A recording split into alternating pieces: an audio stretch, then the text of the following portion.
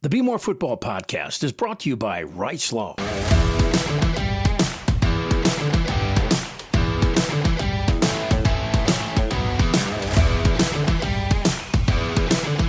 Hello, welcome inside. It is yet another edition of the Bmore Football Podcast. Over there, he is the longtime esteemed Baltimore Sun columnist. His name is Mike Preston. I'm Jerry Coleman. We're producing brand new content every day, folks, on our X page, our Instagram page, our Facebook page. You can follow us just like Mike. That's Bmore Sports Pod. He's got it bookmarked. If he doesn't, we'll hijack his phone and make sure that he's subscribed to Bmore Sports Pod, YouTube included. And you can also watch this podcast, as always, at BaltimoreSun.com. In this episode, Mike and I recap the Ravens' first ever victory in Minnesota. Mike was there for that. And as this team turned things around. In addition, we examine the life and times of former NFL Commissioner Paul Tagliabue. And Mike hands out the grades for the good guys in purple. But we kick off with For the Birds, brought to you by our friends at Rice Law. Hey, Baltimore football fans, if you've been hurt in a car accident, don't go at it alone. The lawyers at Rice Law know how to fight for the compensation you deserve. Protect yourself, protect your family, and remember, best advice, call Rice. Learn more by going to ricelawmd.com. Well, presto, the Ravens defeat the Vikings, record their third straight victory, and I guess that counts as a winning streak, right? Of course. That's what it looks like at the end. I think they're optimistic approach for fans. You just hope that they get this together by January and going into February where they can get on a winning streak. I mean, a serious winning streak. I mean, these guys they're playing right now aren't very good. But if you can get your act together, you tone things up, and maybe by the time the playoffs start, you can get on a roll. That's the hope. And it seems like they're headed in that direction. Let's go back to Minnesota, where you have just thawed out from. You were there, and all this chatter about the crowd noise, the Ravens pumping in crowd noise during the week in preparation, the horns, and yet it's the Vikings who had, 13 penalties, with 8 of those coming from pre-snap penalties. So who was the crowd noise impacting, and did the Ravens fans make all that noise, or were just the Vikings discombobulated? I know their running back, Aaron Jones, had some accusations against the Ravens. You know, you can have all the accusations you want, but when you're at home, you shouldn't be jumping off sides. That's the illegal procedure penalties. They are a joke. That's a part of home field advantage when you're supposed to be playing in your place. I tell you what, though, Jerry, it was cool when they had the snow flurries come down inside the dome before the game. That was one of the coolest things I've ever seen. But those were real? Yes, I know they weren't real. I'm just saying, but it was manufactured stuff. But it was kind of cool because it goes back to the Bud Grant days and so forth. But you can't jump off sides. And they could say the Ravens were saying Hud said whatever. All right. But somewhere along the line, your coach has to go over and tell those linesmen and the judges, hey, they're doing this, they're doing that. They can't do that. That's illegal. It never happened. You know, the thing is, they got pressure on McCarthy, and when you get pressure on a quarterback, your tackles jump because you're on the island. And I played that position, and you get a little antsy. And I think that's what happened to them. The Ravens actually did get pressure, and guys were jumping off sides. And it happens. It's a matter of discipline. That's what it comes down to. So to recap, Miami was silent for the Ravens. Minnesota was loud for the Vikings. Go figure. It's all strange stuff. It's very strange. Anyway, the offense, in my opinion, wasn't that great. First half, 3 field goals, just 1 TD pass from Lamar. Derrick Henry certainly took over in the second half, but they still need to find a way, I think, to get Keaton Mitchell more involved and get the ball to Zay Flowers, in my opinion. Well, the thing is with Keaton Mitchell, I think they forgot to put him in the second half. He had 4 carries total for 39 yards, and then all of a sudden, he's not in the game. He's a great change of pace guy. I get it. I understand it. But you got to get him involved because he stretches defenses, and he has that speed to get around the corner. But I also look at it and say, Derrick Henry had 11 carries in the second half. That's what you want. You want your closer handling the ball. But I would have mixed and matched a little bit better. But their offense in the first half, they had all of those field goals because they can't run the ball inside the red zone. That's the key. All right, because the field is It's only 20 yards because you're inside the 20, and then you have the end zone. You got to run the football because they're going to take all of that away, and they couldn't run the football, and they had a problem with that. And we'll see what happens down the road. But when you struggle inside the red zone running, you settle for field goals, and that's exactly what happened to the Ravens. Yeah, just 2 for 5 in the red zone, which is why they had to keep trotting out Tyler Loop for field goals, right, Coach? Yep. And he was successful. And I tell you what, for rookie, that guy's played extremely well. He's almost Mr. Automatic. But is he Justin Tucker yet? Nah. But hey, man, he has a bright future. Looks good for him. So keep doing what he's doing. All right, let's get to the defense. Just 1 sack recorded. They did have a dozen quarterback hurries, but they whiffed, in my opinion. I mean, I saw them whiff at several chances to sack J.J. McCarthy. Well, J.J. McCarthy can move. That's one thing he can do. Can't read defenses, all right, because the Ravens gave him problems, and they gave him a lot of different looks. I think this was only his 4th start in 2 years. Yeah. 4th start. Remember, last year he got hurt, and then this year back-to-back against Detroit the week before, and this one. And they threw a lot of stuff at him. And they crammed a lot of people up at the line of scrimmage. That confused him. And some of the throws he made, like Jerry, when I look at quarterbacks, I always try to determine what did they see? Why did they make that throw? There were times when he threw passes, I had no clue to what he was looking at. I thought the secondary was confused in the first half. They were shrugging and looking at each other like, what's going on? They couldn't tackle. Marlon Humphrey whiffed on a couple. Nate Wiggins whiffed on a couple. We got better in the second half. But they were in disarray. And I get it because Minnesota has great offensive skill people. But, all right, they settled down in the second half and they got it done. And they had two picks, which were both bad throws by McCarthy.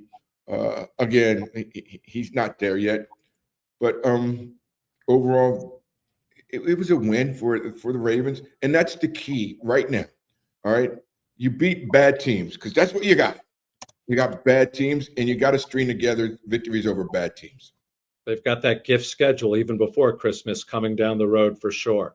All right, let's address a few players. And let's start with cornerback Marlon Humphrey. He sure did get a gift interception. I mean, that was a wide open pass to Marlon from J.J. McCarthy. Then he runs to Instagram Live, of course, after the game and says he may take a week off from his terrible podcast. Any athlete doing a podcast has no business doing a podcast. You guys just stick to playing the game of sports, okay? Stay in your lane. But, I mean, as far as Marlon goes, he was saying afterwards that now the defense has to start carrying the offense and that, you know, we need to give Lamar a smoke break. How true do you think that can be going forward with this defense leading the way? He's blowing a lot of smoke. I mean, their offense is the key already. And they have to lead and they have to establish the run because their offensive line can't pass block. Defense is okay, but it's a complementary issue. You know, all the years the Ravens had great defenses, and that's what they relied on. And Ray Lewis and Ed Reed, those were the guys, but it's now reversed. Your quarterback is your best player. Your running back, Derrick Henry, is your second best player. You build around those things, and that's what Eric DeCosta has done. I don't agree with it. I still think you go and win with offensive and defensive lines, but that's the key to this season. That's the key to the team. They got to run the football, and if they don't run, they're in trouble. And he can have a defense all they want, and they can talk about it. Come on, those 2 interceptions, they were bad passes, picked off. Malachi Starks just sitting there waiting at one point. He made the one pick. Marlon Humphrey tripped Justin Jefferson, who decided, okay, I'm going to quit. Okay, I'm not going to try to go and tackle the guy who made the interception. It was terrible, but I think he's just ticked off at McCarthy. But that was a team in disarray, and the Ravens did what they needed to do. They had 3 turnovers. They won a game basically on turnovers. And, hey, sometimes you got to steal a win. That's what they did. Yeah, this isn't the 2000 Ravens defense, which could tell the offense all we need is a touchdown or 10 points, not the 2025 version for sure. And I did want to ask you about Justin Jefferson. How early did it seem in the game he was waving the white flag that he just totally decided to go home, grab his towel, and call it a day? Hey, there were some business decisions made. Like McCarthy was throwing the ball. Hey, actually, he looked like he was throwing it to Yao Ming. They were just way over his head or way short. And I'm like, no, no, no, no. So Jefferson gets to the point where he goes, no, you're going to get me hurt. And I want to survive this season because they're not going to the playoffs. They're not. They're not that good. But I don't want to get hurt. So I'll short arm some passes because you're going to get me crushed. And I'm not going to go up for them. And I'm not even going to try to make a tackle after the interception. And here's the thing, Jerry, remember this, because I was an offensive lineman.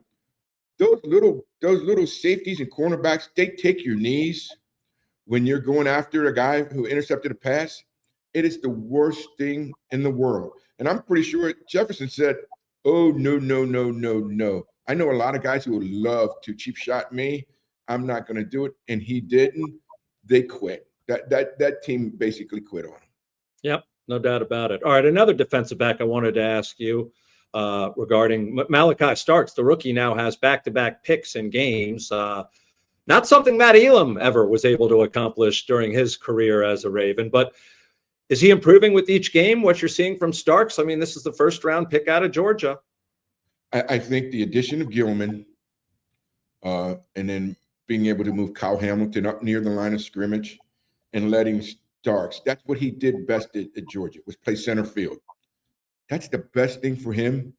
And he can play 10, 15 yards off the ball and make his reads. That's what he does extremely well. And that's why he's had 2 picks. I mean, he just kind of throw the ball up. And again, McCarthy threw it into double coverage. But he makes the right reads. He goes and gets the ball. And that's what you want. You want a guy who can attack the ball. Like Ed Reed could do everything. Play at the line of scrimmage. He could return punts, could play the great center field. Malachi Starks right now is just a great center fielder, and they're using him properly and in the right position. And the key to him is making his reads and getting in the back end. More of the Bmore Football Podcast right after this. At Rice Law, we've won millions for our injury clients, taken on the biggest insurance companies, and fought in the toughest courtrooms, and made it clear, strong lawyers win strong cases. But none of that matters today. The only case that matters is yours, your fight, your future. And we're ready to go to battle for you. We don't rest on past victories. We fight every case like it's our only one.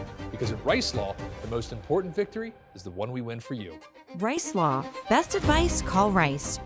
Shop Maryland's largest adult use and medical cannabis menu located at 1114 Cathedral Street in Baltimore, with medical delivery available throughout Maryland 7 days a week, only at Relief Shop. For the last 25 years, Wood Home Insurance has been Baltimore's premier independent home, auto, and business insurance broker, representing over 30 carriers. For example, need an auto quote? Wood Home shops them all. Geico, Progressive, Travelers, AAA, Safeco, and Selective, and sends you back the best rates possible. I have personally been a client for over 2 decades, and they are world-class in service. Wood Home's owner, Rich Gottlieb, is happy to schedule a Zoom appointment with you at your convenience. Oh, and Rich is a longtime Ravens season ticket holder, so when at the game, let him know where you're tailgating. He'll drop by and say hello. So for all your needs, it's Wood Home Insurance, 410-580-2800 or woodhomeinsurance.com. Meet the newest member of the Jack Daniels family, Jack Daniels Tennessee Blackberry. Jack Daniels takes pride in Old Number 7 being the backbone of all our flavors, and Jack Daniels Blackberry is no exception. A combination of our proprietary black liqueur and Jack Daniels' unique and unmistakable character, Jack Blackberry is a highly versatile juxtaposition of flavor, delightfully sweet, Bold, vibrant, and refreshing, Jack Blackberry is easily enjoyed with your favorite mixer, in a cocktail, or while enjoying your next football game. Jack Daniel's Tennessee Blackberry is here, and as always, Jack Daniel's reminds you to drink responsibly. When it comes to financial planning, most of us need help. The team at the Jim Kelly Financial Group has been offering sage advice for Marylanders for more than 30 years, like the Baltimore Sun's Mike Preston. But Jim Kelly offers value beyond sound investment management through tax-efficient strategies, behavioral coaching during market downturns, guidance on major life decisions, from career changes to elder care planning, as well as life insurance. This is where experienced financial advisors like Jim Kelly and the professional money management he provides can make all the difference. Call today and see if the Jim Kelly Financial Group can help you and your family at 410-486-5575. That's 410-486-5575. Effective Solutions, your one-stop shop for commercial contracting. Everything from excavation and site development to emergency remediation and restoration. Effective Solutions specializes in many forms of commercial and mixed-use construction. With a dedicated staff and a commitment to quality, Effective Solutions delivers every time. And presto, how about fellow rookie linebacker Teddy Buchanan, who's leading the team in tackles with 69, had a half dozen on Sunday in Minnesota. He's a tackling machine. Well, I think he's okay. I don't think he's great yet, but I think he has a chance to get better. Still can't cover. Still can't. But neither can Roquan. That's a weakness for this team. But he's always in pretty decent position as far as run and as far as run defense. And I think he'll get better.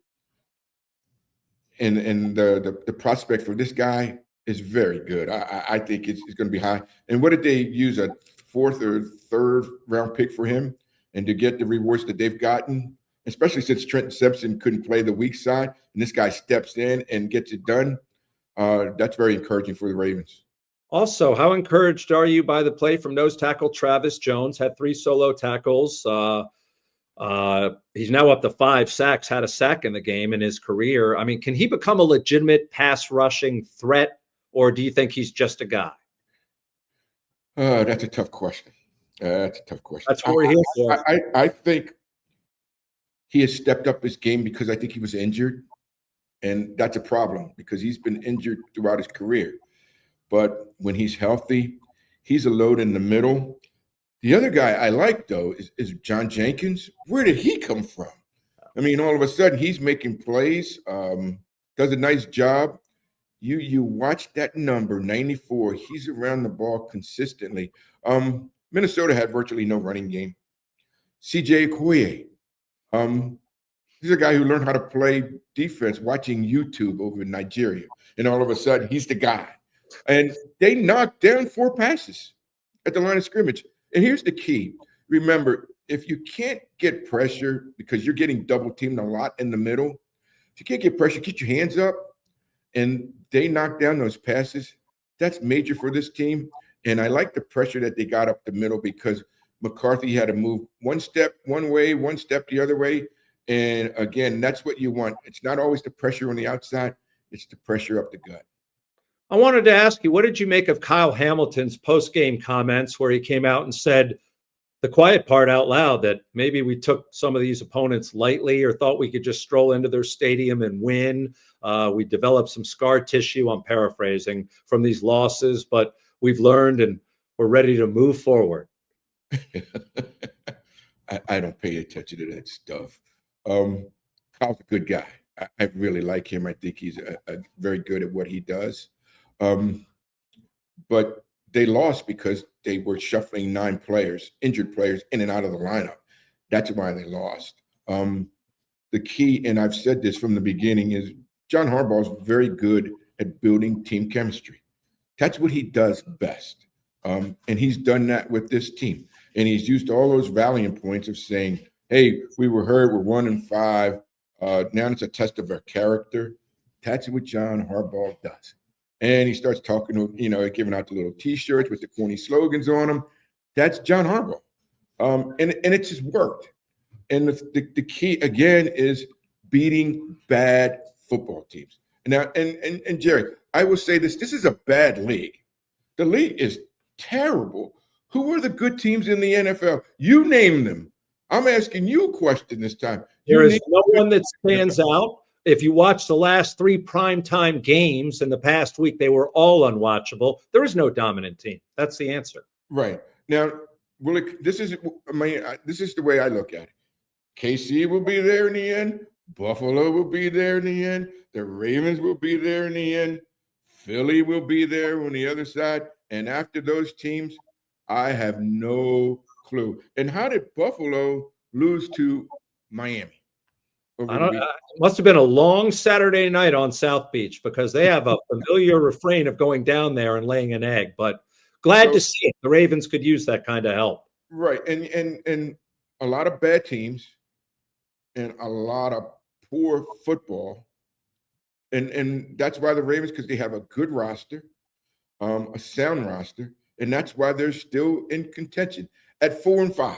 At 4-5, a game behind the Steelers, who are falling, and they will fall out. They certainly will. All right, let's move on. Talk about a few other of John Harbaugh's mighty men.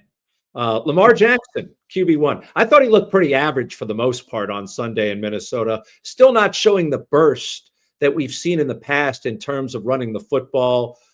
He did take off a few times, but in the end, he got the job done, which is what matters the most. Right. He was efficient. Kind of turned into a game manager, but that's okay as long as Derrick Henry's taking over the game. Did a decent job. They actually ran some creative plays. You know, with the little tush push and the toss around the corner. That was different. But Lamar was off his game a little bit in the first half. He was overthrowing receivers, underthrowing them. Even the touchdown pass that he tried to force into Bateman was behind him. Very uncharacteristic of him. So what I see is a guy, and he has slowed down. I don't care what anybody says. After 8 years of being a, quote, running quarterback, it happens. And he wants to be more of a thrower.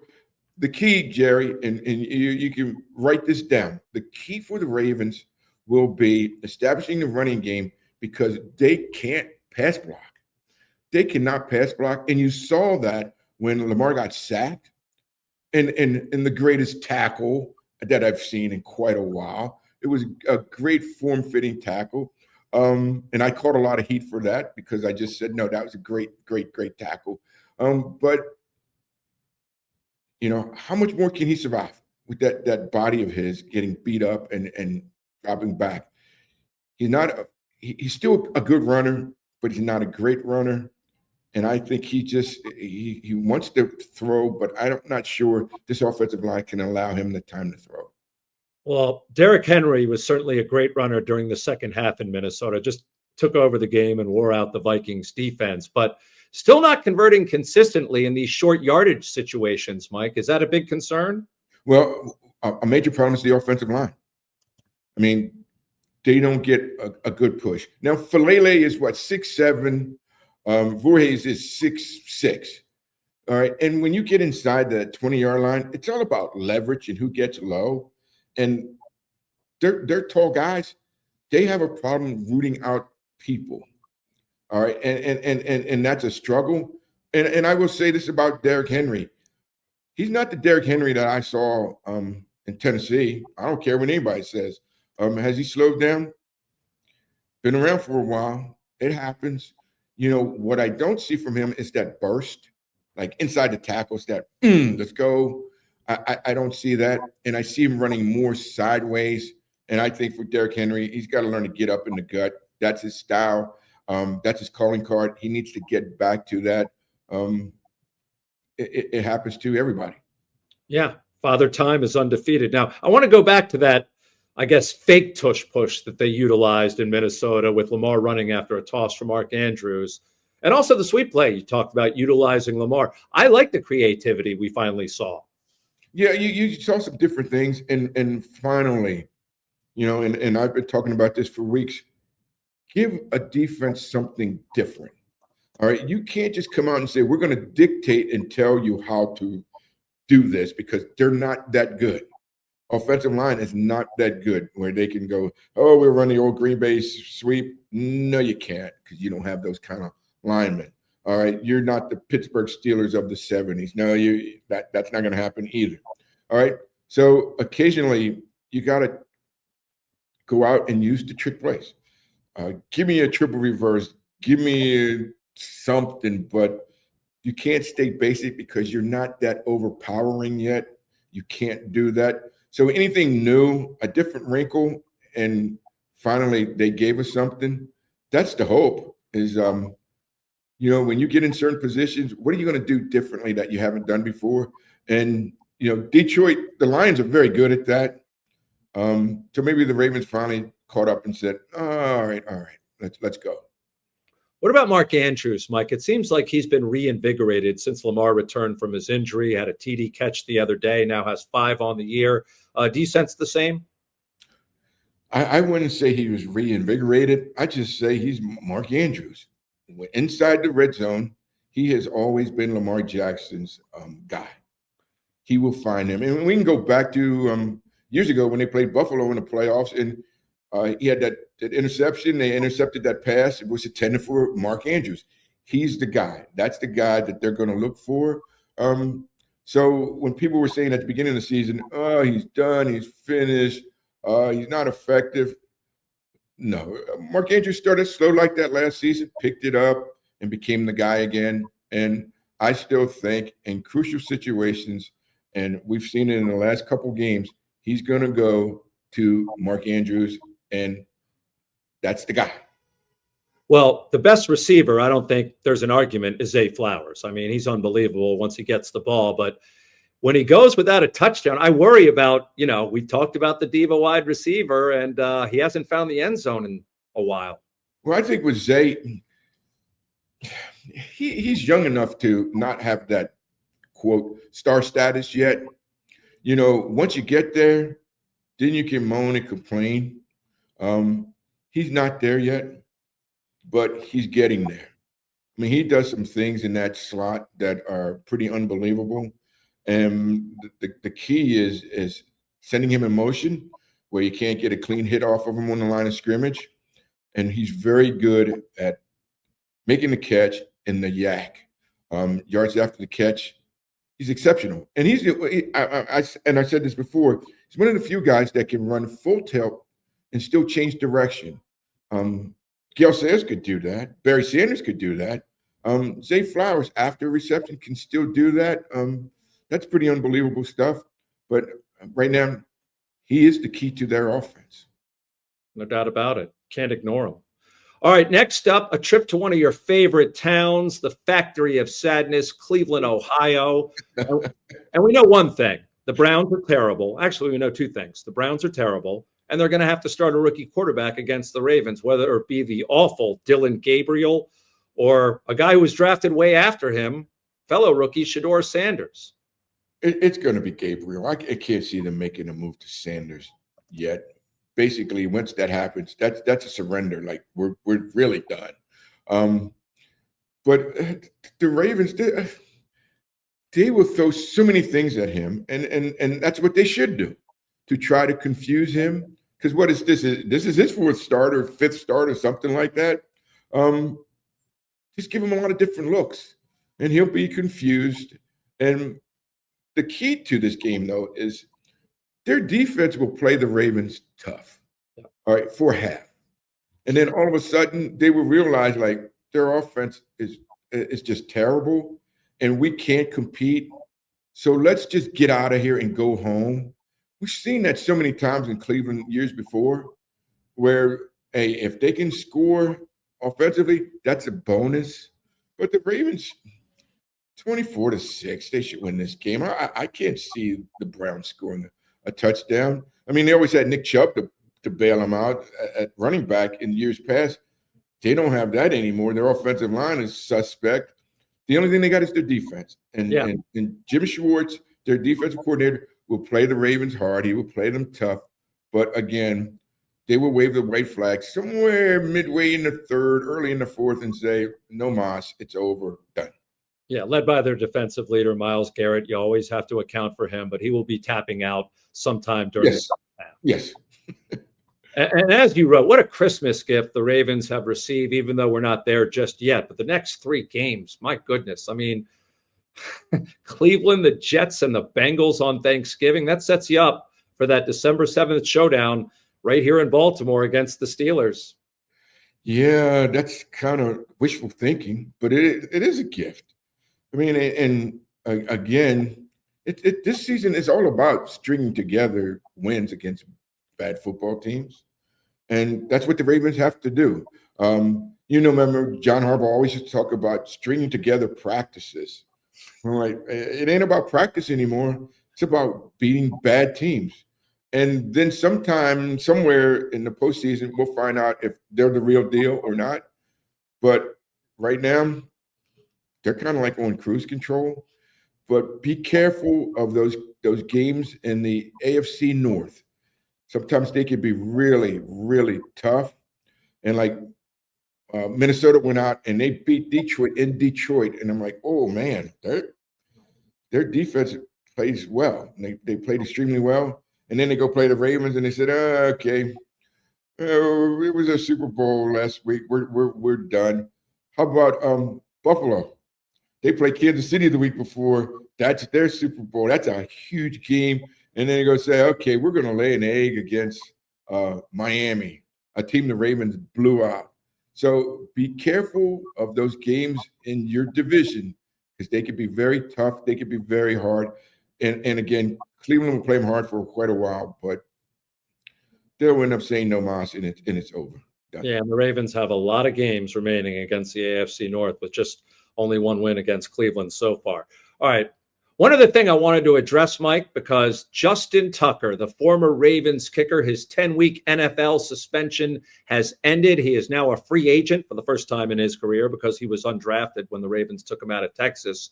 Where does he end up? Do you think he lands with the team right away or waits to pick and choose a team that has playoff aspirations? I think we'll know more in probably mid-December, somewhere around there, where there's been a lot of teams with kicking woes through the season.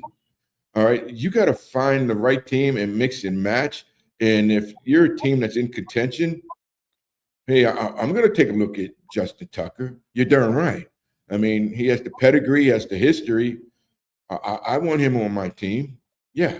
And I believe that will happen. And I wrote that when he was suspended. Like, he'll come back. There's going to be a team that takes a look at him, and they're going to give him a shot because that's what happens in the NFL. And we've seen that before with players. They've been suspended. That's Sean Watson. Yeah, how about that one? And they come back. So we'll see. But, I don't have a problem with Justin Tucker. Wow. I think you don't. Yeah. No, I don't. He's been a really good guy to me.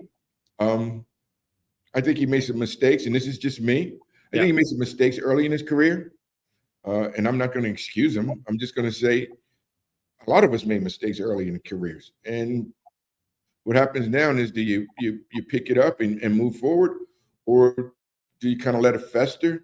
I assume that Tucker, and I know him fairly well. I mean, we're not good friends, but I think he will just say, it's time for me to move on, and I will get after it again.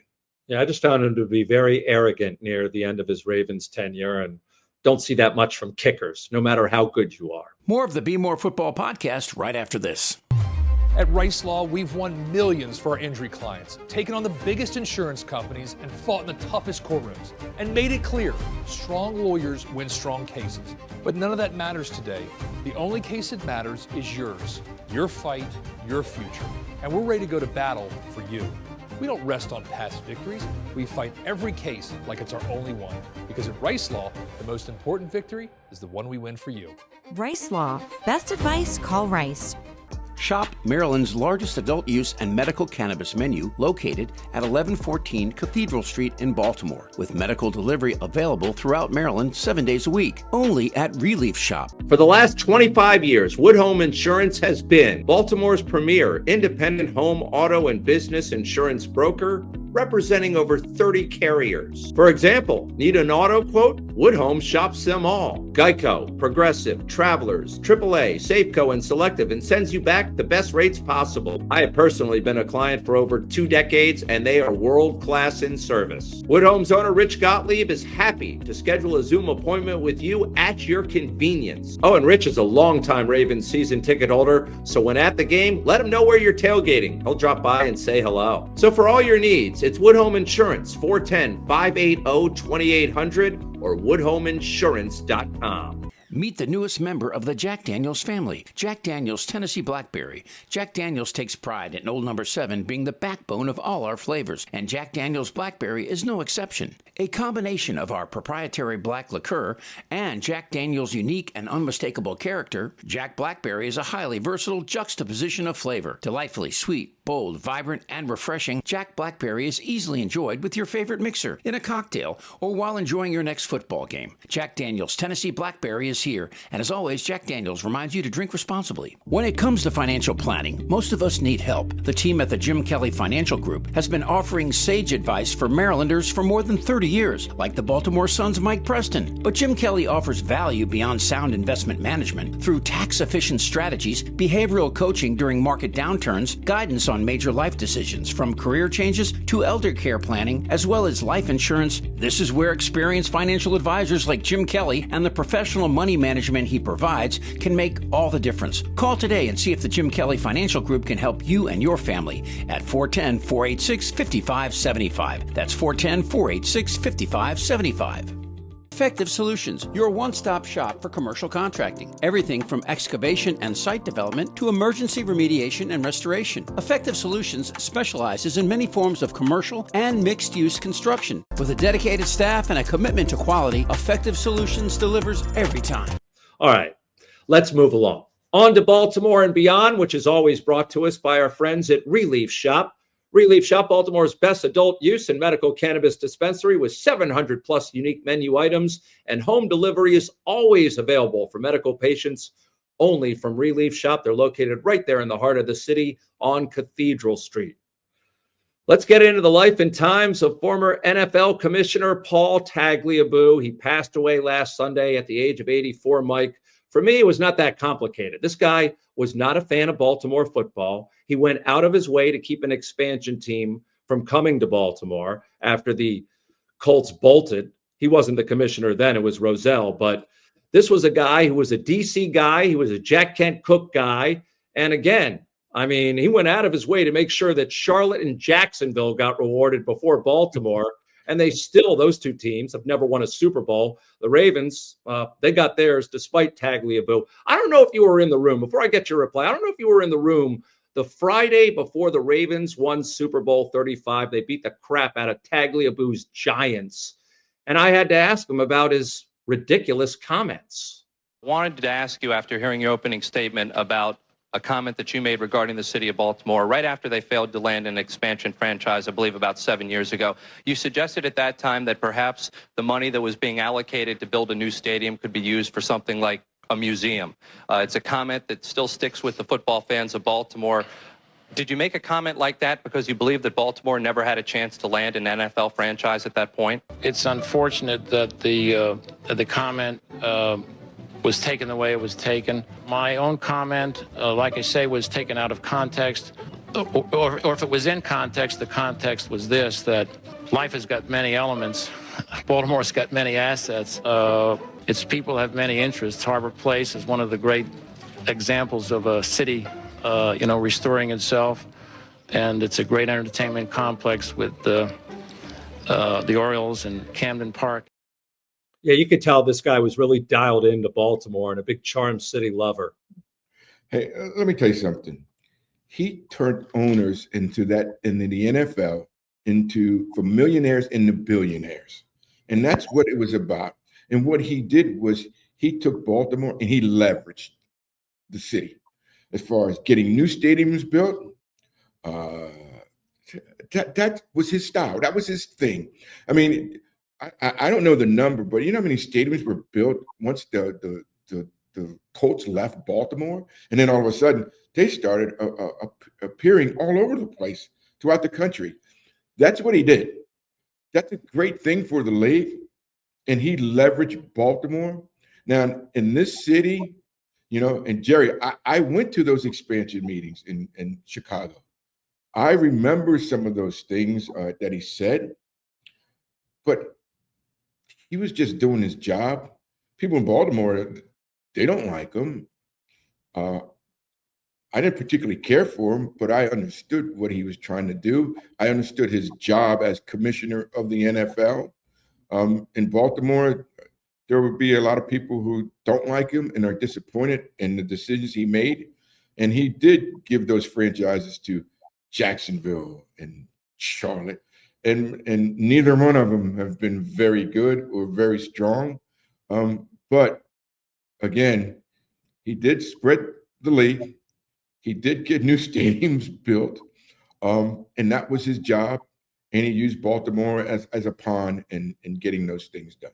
Yeah, and in the end, karma came back to bite him as he had to hand the Super Bowl trophy over to the Modells after his Giants, again, got the crap beaten out of him in Tampa. That was wonderful to see. And that was a great moment. That was really a great moment. And one of the best things was watching the look on Art Modell's face. And I know Art was definitely a late guy, but, he still had that little smirk on his face like, yeah, I know what this is about. Just give me my trophy. And David Modell, the son of Art, seeing that look on his face, they all knew. And then Ozzie, it was kind of cool to see that happen. And then in 2012, they do it again. Like, yeah, the justice is deserved. It's done here. Yep. All right, now we get to Preston's report card, which GM Eric DaCosta says he's a big fan of, and we'll get him on the podcast one of these days. He loved the interview with Ozzie Newsome, I will say that. All right, let's begin with QB1, Lamar Jackson. What type of grade did he receive from Sunday's game in Minnesota, Mike? He's 17 of 29 for 176 yards. He was off sync with his receivers. 87.1 or 87.7 QB rating. I gave him a B-. I thought he was a game manager. And again, I have no problems with that. As long as you win and Derrick Henry's running the football, that's a good thing. He could turn into a game manager, just win the game. So got a B-. All right, as far as the trio of running backs, all three played: Hill, Mitchell, and of course Henry. Well, we don't need to count Hill. He scored. It doesn't work. But Derrick Henry, 20 carries, 75 yards. Keaton Mitchell, 4 carries, 31 yards. And Derrick Henry had 11 carries in the second half. At one point in the last play of the third quarter to 10:49 in the fourth quarter, he carried the ball 7 or 8 times in a row. Boy, that's something. All right. Yeah. If I was an offensive lineman, I'm like, oh, this is great. I'm loving this. That's what you want. You want a closer. He did that. And I think he had 42 yards in the second half of that game. That's what you want. I gave them a B. I have to tell you, though, I'm yelling at my television. Where's Keaton Mitchell? Give him the football. He had an outstanding run up until that point. But I get why they stuck with Henry. But Harbaugh did say at his Monday press conference they're going to try and incorporate Keaton a little more. But Derek was the hot hand, so I get it. Well, the thing is, you can have a hot hand, but you still want Mitchell spreading out a defense. And you give him those tosses around the corner and see what happens. But again, it's all psychological stuff you play with the defense to kind of make them defend the entire field. So, but I gave them a B. All right, next is the offensive line. They are obviously still having all sorts of difficulties in terms of pass blocking. just a tad. All right. They had 152 yards rushing on 36 carries. They only allowed 1 sack, but they did allow 13 pressures. This is going to be interesting to watch because, again, that sack on Lamar, which got a roughing the passer penalty, but to me, that's a weakness. And the 2 worst guys in the stadium, where there's offensive linemen, was Falele and Roger Rosengarten, because they ran a twister on him, and they get inside, and he's the one who sacked Lamar Jackson. I'm like, oh, that can't happen. They got to learn how to run the ball inside the red zone. They're not very effective there. They need to improve. But I gave them a C plus. All right, the wide receiver core. What wide receiving core? Zay Flowers, 4 catches, 75 yards. Mark Andrews, 3 catches for 14 yards. Hey, Jerry, did he break the record? Wasn't he like 18 yards short of breaking a record or something? Can't get there just yet. 3 catches for just 14 yards. Oh, 14 yards. DeAndre Hopkins and Isaiah Likely combined 4 catches for 13 yards. Wide receivers, come on. C plus. They were effective doing what they do. And again, if you're dominating with the run, you don't need them that much. But somewhere along the line, you're going to have to play these guys. They're going to need to step up. And, of course, they'll start whining again soon because they're not getting enough touches. But they were okay, so I gave them a C plus. A little concern, though, about Rashad Bateman, who has a alleged high ankle sprain. And the coach, doesn't divulge much on injuries. But whenever I hear that phrase high ankle sprain, to me, it means a couple of weeks. Yeah, I would say a game, at least maybe 2. But, man, the way he got taken down was not very good. I mean, that was nasty looking. And as soon as it happened, I was like, uh-oh, this is not good. So we'll see what happens, but keep an eye on that. All right, how about a grade for the defensive line? Defensive line, I gave them a B plus. I think they shut down Minnesota's running game. I thought Jenkins, Okoye, Travis Jones did a nice job. And again, they knocked down 4 passes. Excellent job, so they got a B plus. Do you think they all watched that YouTube video together?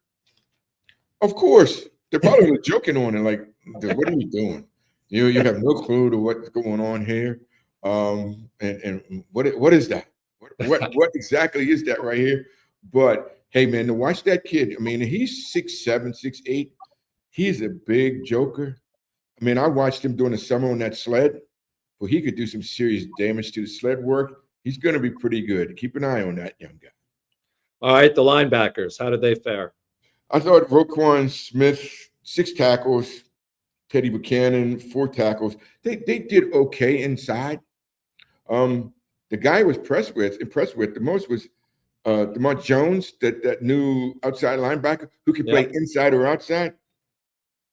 He didn't have any tackles, but he had 2 hurries, and the team had 12 hurries. That's incredible for the Ravens.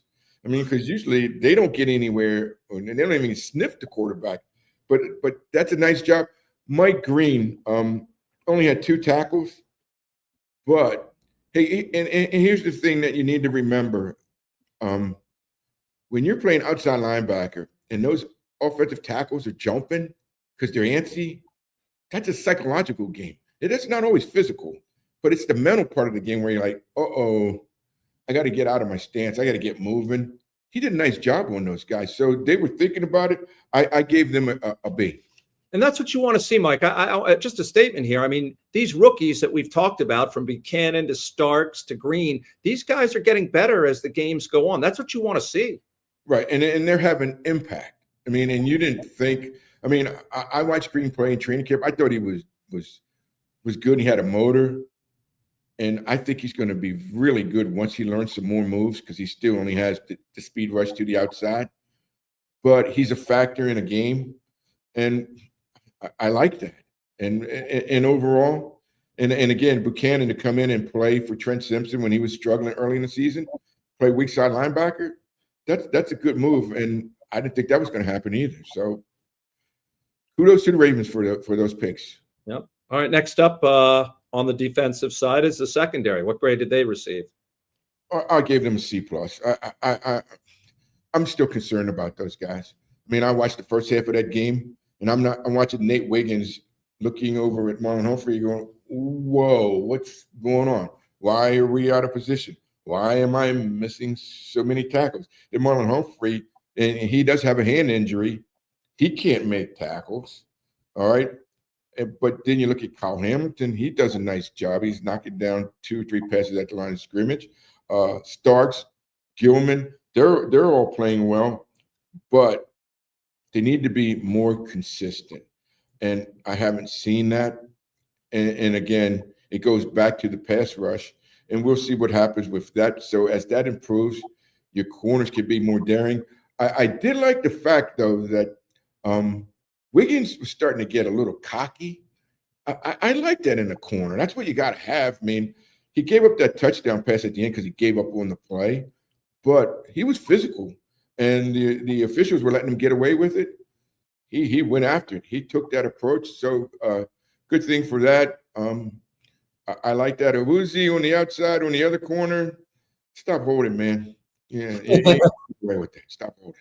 I don't think the secondary lacks in confidence. And going back to Marlon Humphrey, apparently has a finger issue, an injury that I don't know. Will it impact his social media game more so than his football technique, you think? No, because you don't have to type. You got to type, man. You got some issues here. But as long as you can just go and yap, hey, Marlon's very good at yapping. And actually, I like when he yaps because he can say some crazy stuff, or he can say some really weird stuff. That's fine for us, guys. That's what we like. Yeah, I noticed the PR staff cringes, but the media loves it. So all right, next up, special teams. Pretty darn good is what I'm trying to say, weren't they? I thought so. Tyler Loop, 42, 28, 30, and 22-yard field goals. And the 22-yarder came in the second half. He did miss the 56-yarder, but it's 56 yards. And I think the other one he's missed this year was over 50-some yards, so who cares? All right, that's a gamble in the first place. Keandre Jackson, this guy on special teams, he might be the only nut who's close to Benny Thompson. And Benny was my guy here when he played for the Ravens. He's that crazy. He's that crazy. He would just do some weird, crazy stuff. And I think you have to have that mentality to play special teams. And he forced that one fumble, and they got it, and they turned it into a touchdown. And Jordan Stout, 5 punts, averaged 49.6 yards a punt, and put 3 inside the 20-yard line. Overall, I gave them an A-. They were very good. All right, very nice. Last grade goes to the coaching staff. I gave them a B. I thought Monkey did a nice job of loosening up their defense and then coming out giving them a good dosage of Derrick Henry in the second half. That's what you want to see. I thought Zach Orr, and you remember Zach Orr, fire Zach Orr, fire Zach Orr, fire John Harbaugh, fire John Harbaugh. All right, guys. And Jerry, I will say this. All we kept telling them was let it play out, and we get to the end of the season, make the final evaluation because they got some really bad teams coming up, and they're going to beat them. They are. That's going to happen. Zach Orr did a nice job of mixing and matching. I mean, he threw some blitzes at him, fake blitzes, back guys off, backed off outside linebackers. That's what you want against a rookie, and they'll do that against Cleveland against Sunday. But I gave them a B, even though I thought Monken at the end where he decided to throw that pass and with no timeouts left, and it got batted down, and I'm like, oh, whoa, you can't do that. They can't do that. But that was the only question mark I had about it. Yeah, you had an interesting message. I want to point this out in your recap of the grade for the coaching staff that maybe they should duplicate the game plan that they utilize in the second half in Minnesota when they get to the postseason, because it seemed to be missing in past postseason runs. We're talking about running the football, essentially. Right. I mean, I thought when they played Kansas City 2 years ago in the AFC Championship game, I thought they forgot about Derrick Henry. You know, no. He's the guy. They've had the number one rushing offense for, 2 or 3 years? Well, keep pounding the ball. I thought last year against Buffalo, I mean, even though the Bills had a lead at halftime, no, you just keep pounding the Bills because they couldn't stop the run. And they still can't stop the run, and neither can Kansas City. I watched them play. They can't stop it either. All right, then you got the beast. And no, I don't think he's what he used to be, but he's still pretty darn good. Keep pounding the football. You brought in this offensive line, these big guys, to be maulers. Let them maul, all right, because they can't back up. They can't pass block. We've seen that before, and I think Lamar knows that now, like, man, I'm getting hurt back here. Let them do what they do best, maul and run the football. It's a very simple equation. All right, before we end the report card segment, it's not official on the report card, but do you have a grade for the Zebras? Oh, I would have gave them an F. They were really bad. I mean, and there was no such thing as home cooking because Minnesota was the home team, but the officiating was terrible. I mean, Justin Jefferson, there were times when Wiggins was bumping him and beating him up. Woozy was bumping him. This is how bad it was. The official who was close to the ball where I think it was Woozy on Jefferson, the official was close to the ball. He didn't even throw the flag. The one across the field threw the flag. I always love it when the guy furthest away sees it better than the guy right next to the play. Right. And that's insulting. That's an insult right there to say, no, man, you're not calling this game. We need to work this out because you're pathetic. So I'm going to make the call. And I think that was there. They did blow the and I don't care what anybody says. The roughing the passer, that's the rule. Okay, we all know the rule. You breathe on a quarterback, it's the rule. It's roughing. All right. But you tell me a defensive lineman or outside linebacker who has wrapped up, accelerated, and is going to take the quarterback down with both arms wrapped around him, he's going to change direction? Are you kidding me? They don't change direction. And what is he going to do? Get hurt? The Roquan Smith, the interception. That was an interception. Yeah. That was an interception. That was game over. That was done. They were really bad. Stop influencing the game. Just make your calls and get them right. And if you can't get them right, go to instant replay. I don't care if it slows the game down. Just get the call right. Well said. Hey, Baltimore football fans, if you've been hurt in a car accident, don't go at it alone. The lawyers at Rice Law know how to fight for the compensation you deserve. Protect yourself, protect your family, and remember, best advice, call Rice. Learn more by going to ricelawmd.com. That about does it. Thanks for watching. Thanks for listening. Bmore Sports Pod is where you can find us, or BaltimoreSun.com. We're back after the Cleveland game. Mike will have all the stories about the destinations he hit in Cleveland and the fun he had, unless he had no fun at all. But until then, be kind, be real, and make sure to be back next week. It's another edition of the Bmore Football Podcast. The Bmore Football Podcast is brought to you by Rice Law.